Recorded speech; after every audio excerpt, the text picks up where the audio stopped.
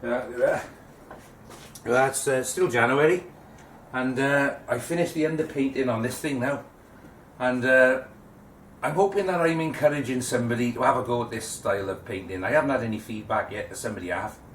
Well, at least I hope I haven't put anybody off anyway, you know. And sorry about the camera running out on part 5. All you missed was this thing. This is like a rest, just like a clamp thing there with a screw in it. So hold your arms up it is, you put it on, adjust it to the right width like that. Stick it on the painting and make a wooden wedge like that. So you just stick it in there like that, and you can hold your arms up all day on that. Then you can lean on it like that, you know, as you're working on it. There's a lot of work on there to hold your arms up, you know. So when you want to slide up and down, you know, just stick the wedge in and you're away, you know. And because yeah, it's a time-consuming challenge, you know. So get yourself comfortable and settled in for the long haul, you know. And that's what I've been working on, is the detail on this stained glass window, you know. And there are artists out there who specialise in painting intricate detail, you know, and I've had the pleasure of working with one of them, and for a few months. It was a long time ago now, and I won't give out any names or anything, you know. He was an old guy then, you know, and I'm an old guy now, so I'm guessing by now that he's showing God how to become a master forger, you know. But this artist, this detail artist, he was an extraordinary man. And I used to love working with him, you know, and he travelled the world extensively, and as I haven't, like, I used to enjoy the stories he used to tell me, you know, and he studied Far Eastern religions and philosophies, you know, all self-taught and that, you know. Yeah, he used to tell me all sorts of weird and wonderful things, you know, and I learnt a lot from him, and I liked him. I did like him, yeah. And drawing, you know, is a gift, isn't it, drawing? But I think the miniatures, the small stuff, I think that's a gift within a gift. It's certainly an advancement of the gift, I think, anyway, you know. And he used to paint these lovely portraits in silver lockets, you know, like these Victorian lockets inside, little enamels, you know, and cigarette cases and that, you know, and he used to lift the lid open and paint these lovely little, and clock faces, Austrian clock faces. He specialised in those, you know, fantastic things, you know, and yeah. Lovely, lovely stuff, yeah. And he was deadly accurate, you know.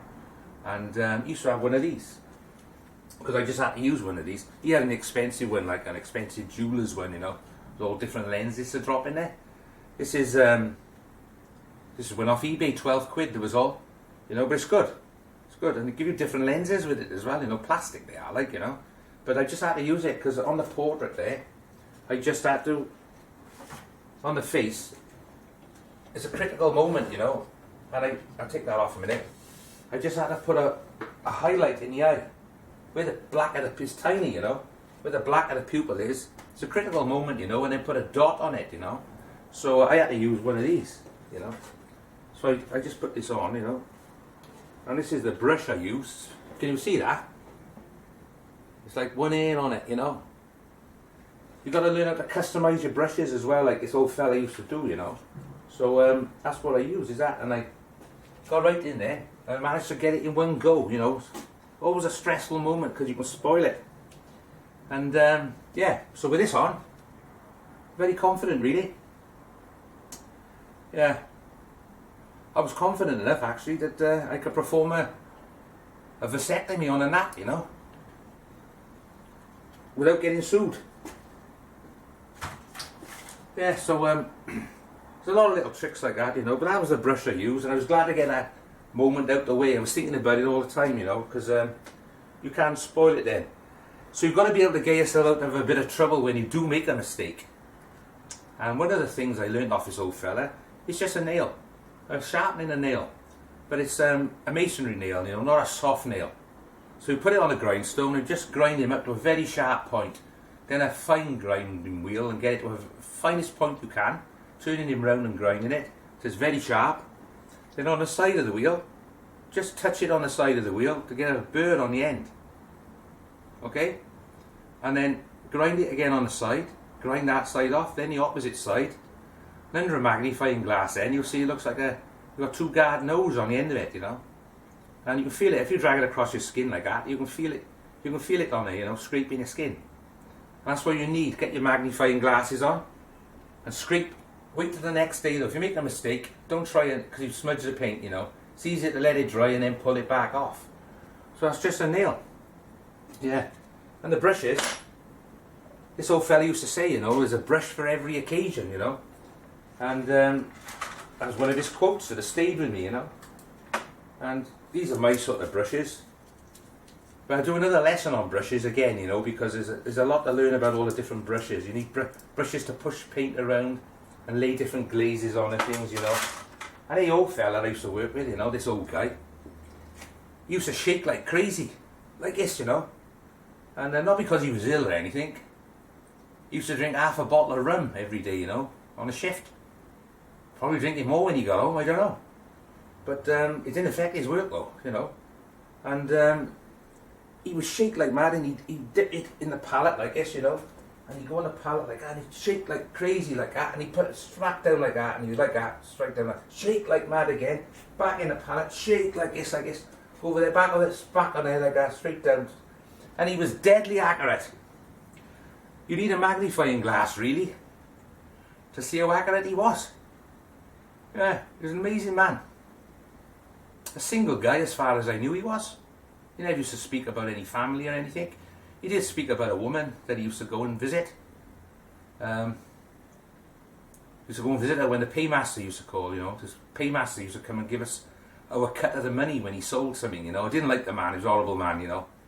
And the old fella, as soon as he got his money, he would rush off to a brothel. This is the truth, I promise you it's the truth. He'd rush off to a brothel on the other side of the town.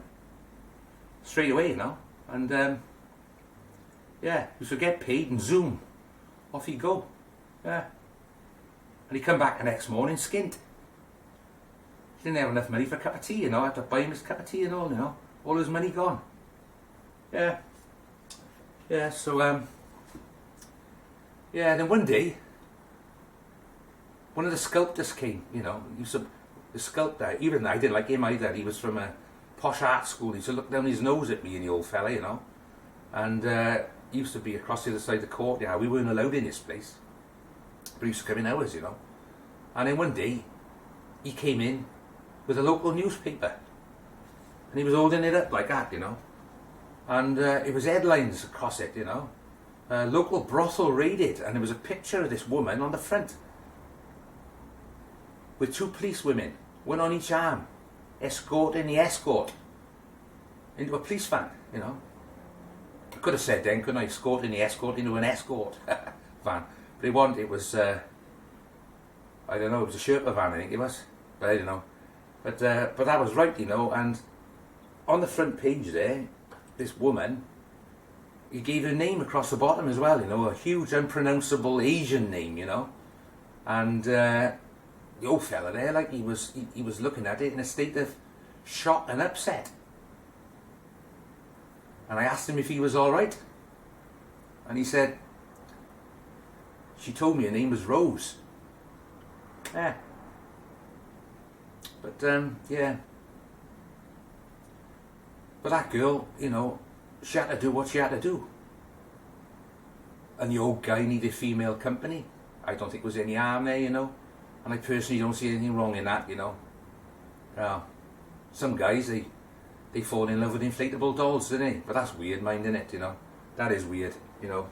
But anyway, back to this thing now, because I'm going to pick the camera up now and pass it over it, okay? It's going in a drying room for a couple of weeks now, before I can put the glazes on. But in the meantime, the next lesson we'll be able to make a picture frame for this. I'm going to show you how to make one of my friends, he's a master carpenter. He's just come out of jail. And the pattern around the font there, he's going to carve it into the frame. So I'll show you how to make a nice frame that doesn't cost a fortune, you know. Okay, so I'll pick up the camera now and pass it around there for you now, so you can have a close look at it, because it's all over the place at the moment, because I got to do a lesson on lighting. So the lighting isn't alright on this, okay, so excuse me getting too close to you a minute. I'll just pick this up now and give you a close look, alright? I hope you can see it all right. Yeah. Is that focusing alright there for you? Okay, I'll pass it across like that. Right, you can see all the lighting is completely wrong on it. Okay. But it's going to look a lot different now when I put the glazes on. Okay? But there's a lesson to be learned about how to do the lighting. Okay, there's orange glazes going to go on top of there. Like that. See the window? You can see how much work is in that window, can't you? Alright then. So parts of that I'm very happy with. Okay. There you are then. I can turn it off now and I'll see you next time.